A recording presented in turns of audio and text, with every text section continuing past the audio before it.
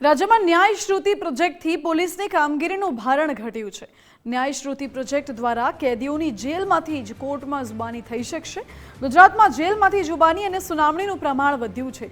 જેલોમાંથી 50% કેદીઓની online કોર્ટમાં સુનાવણી થઈ રહી છે, ત્યારે છેલ્લા કેટલાક એક વર્ષમાં તો જેલમાંથી 50% કેદીઓને કોર્ટમાં રજૂ કરાયા હતા। પોલીસ, ડોક્ટર તથા સાક્ષીઓ જિલ્લા કોર્ટમાંથી જુબાની કરી શકશે।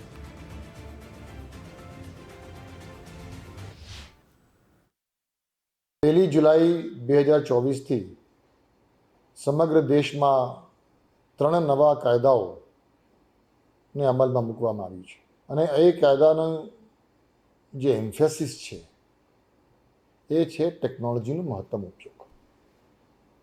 આપણી જે આખી ક્રિમિનલ જસ્ટિસ સિસ્ટમ છે એ સિસ્ટમમાં કોઈ પણ પ્રકારનું ડિલે ના થાય અને લોકોને ન્યાય ત્વરિત મળે એના માટે ટેકનોલોજીનો મહત્તમ ઉપયોગ કરવા માટેનું જોગવાઈઓ આ 3 નવા કાયદાઓમાં કરવામાં આવી છે।